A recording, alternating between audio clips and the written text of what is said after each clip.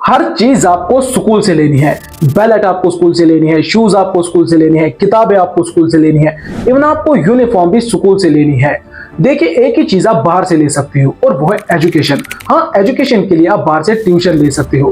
Private schools की जो authorities है ना, अगर इनका बस चले तो बच्चों को खिलाने के लिए जो आटा चावल होता है वो ये भी स्कूल्स में ही मैंडेटरी करवा दे। स्कूल्स जब चाहे छड़ी घुमा के बच्चों के पेरेंट्स से पैसे निकाल सकते हैं, बस एक ड्रेस का कलर ही तो चेंज करना है।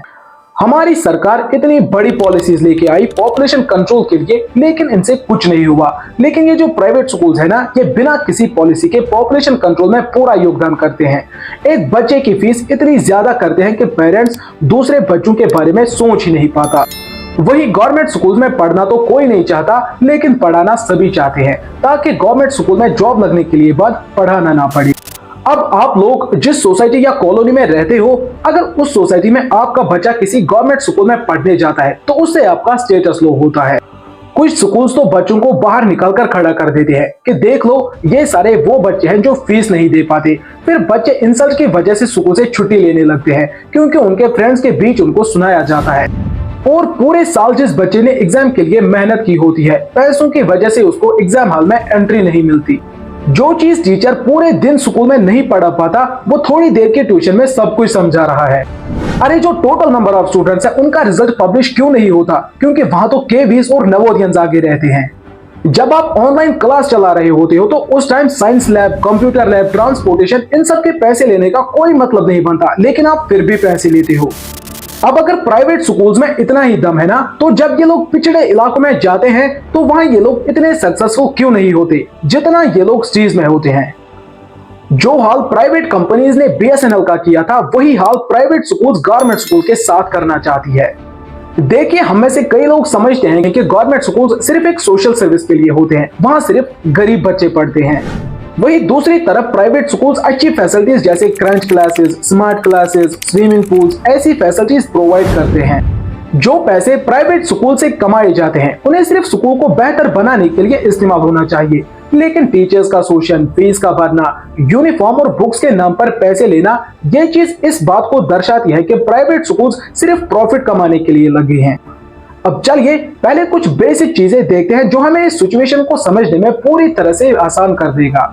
अब देखिए, आरटी एक्ट यानी राइट टू एजुकेशन एक्ट 2009 के अकॉर्डिंग, अगर आपको इंडिया में एक प्राइवेट स्कूल खोलना है या फिर आपको प्राइवेट स्कूल चलाना है, तो स्कूल को नॉन प्रॉफिट सोसाइटी या फिर ट्रस्ट के थ्रू या फिर कंपनीज एक्ट 2013 के सेक्शन 8 के तहत नॉन प्रॉफिट कंपनी के रूप में चलाना पड़ता है।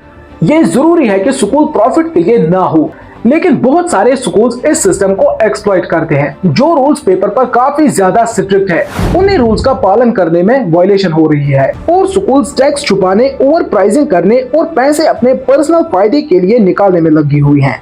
पॉलिटिशियंस, करप्ट बिजनेसमैन और इंडस्ट्री के ओनर्स अक्सर ऐसे स्कूल्स के पीछे होते हैं और इन्हें अपने लोकल एरियाज में इन्फ्लुएंस बढ़ाने के लिए इस्तेमाल करते हैं।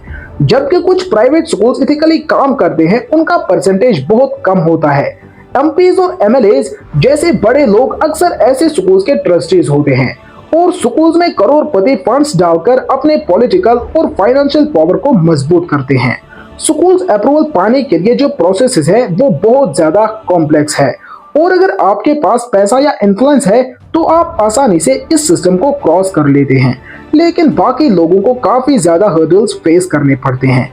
आरटी एक्ट ये कहता है कि अगर आप प्राइवेट स्कूल चलाना चाहते हैं तो वो नॉन प्रॉफिट होना चाहिए, लेकिन अब ये हो रहा है कि बहुत सारे ट्रस्टीज पैसे का गलत इस्तेमाल करते हैं। वो टैक्स एग्जेम्पशंस का फायदा उठाते हैं, जबकि स्कूल के लिए जमीन खरीदते हैं और अपनी प्राइवेट कंपनीज के थ्रू चीजें बेचने के लिए कॉन्ट्रैक्ट्स देते हैं। अब ऐसे समझिए कि वो स्कूल को चीजें ज्यादा प्राइस पे बेचते हैं ताकि स्कूल को प्रॉफिट कम हो और इनकी कंपनीज को प्रॉफिट ज्यादा हो। प्राइवेट स्कूल्स का एक और तरीका है जिससे वो यूज करके पेरेंट्स से पैसे निकालते हैं, वो है बुक्स और यूनिफॉर्म। वो कैसे? क्योंकि प्राइवेट स्कूल्स पेरेंट्स को फोर्स करते हैं कि एक स्पेसिफिक या पर्टिकुलर शॉप से बुक्स और यूनिफॉर्म खरीदे, और वो शॉप बहुत ही ज्यादा हाई प्राइसेस पे ये यूनिफॉर्म और बुक्स बेचते हैं, जिससे प्राइवेट स्कूल्स इस चीज में भी सक्सेसफुल होते हैं कि पेरेंट्स से पैसे लूटे जाए।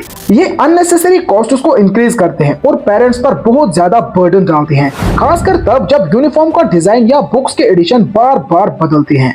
इसके अलावा कॉर्पोरेट सोशल रेस्पॉन्सिबिलिटी यानी CSR फंड्स भी एक और तरीका है जहां स्कूल्स गलत तरीके से पैसे कमा रहे हैं। जब बड़ी कंपनीज अपने प्रॉफिट का 2% डोनेशन देती हैं, तो ये पैसे असली सोशल कॉजेज के लिए यूज होने चाहिए, लेकिन स्कूल्स उस पैसे का कुछ परसेंटेज अपने पास रख लेते हैं और बैकडोर डील्स के जरिए ये पैसे अपने पॉकेट में डालते हैं।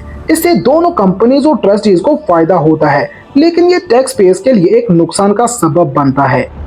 प्राइवेट स्कूल्स में टीचर्स का भी शोषण होता है। ये जरूरी है कि स्कूल्स अपने टीचर्स को उतनी ही ज्यादा सैलरी दे जितनी स्टेट गवर्नमेंट देती है, लेकिन अक्सर ये रूल फॉलो नहीं होता। टीचर्स को कम सैलरी दी जाती है और कुछ स्कूल्स उनसे ब्लैंक चेक साइन करवाते हैं या उनके बैंक अकाउंट्स को एक्सेस देते हैं ताकि और पैसे चुरा सके। स्कूल एडमिशन और फीस स्ट्रक्चर में भी स्कैम्स होते हैं। स्कूल अक्सर अपने आप को लॉस में दिखाता है, जिससे उनको फीस भरने की जस्टिफिकेशन मिलती है, लेकिन ऑडिट्स में ये पता चलता है कि उनके अकाउंट्स में काफी ज्यादा पैसा पड़ा होता है। जब ऑडिट्स किए जाते हैं तो वो भी अधूरे होते हैं और स्कूल मैनेजमेंट इस सिस्टम से भी फायदा उठाते हैं। ये रूल्स कहते हैं कि प्राइवेट स्कूल्स को पेरेंट्स से स्पेसिफिक पब्लिशर से बुक्स खरीदने को नहीं कहना चाहिए, लेकिन वो फिर भी ऐसा कहते हैं। अब आरटी एक्ट कहता है कि प्राइवेट स्कूल्स को 25% सीट्स गरीब बच्चों के लिए रिजर्व करनी चाहिए, लेकिन कई प्राइवेट स्कूल्स इस रूल का पालन नहीं करते और ये सीट्स अमीर लोगों को दे देते हैं। फेक डॉक्यूमेंट्स के जरिए ये सिर्फ कानून का उल्लंघन नहीं करते, बल्कि ये एजुकेशन के बीच गरीब और अमीर के बीच एक गैप बढ़ाते हैं। अंत में ये कहना गलत नहीं होगा कि जबकि आरटी एक्ट का मकसद एजुकेशन को एक्सेसिबल बनाना है, लेकिन प्राइवेट स्कूल्स ने इस सिस्टम का गलत फायदा उठाकर अपने पैसे कमाए हैं। तो दोस्तों, ये थी कहानी भारत के इन प्राइवेट स्कूल के स्कैम्स की। इस सारे मुद्दे को लेकर आपका क्या कहना है, कमेंट सेक्शन में अपने विचार जरूर बताइए और ऐसी इंफॉर्मेटिव वीडियोस देखने के लिए सब्सक्राइब करिएगा हमारे चैनल यूपीएससी मास्टर को।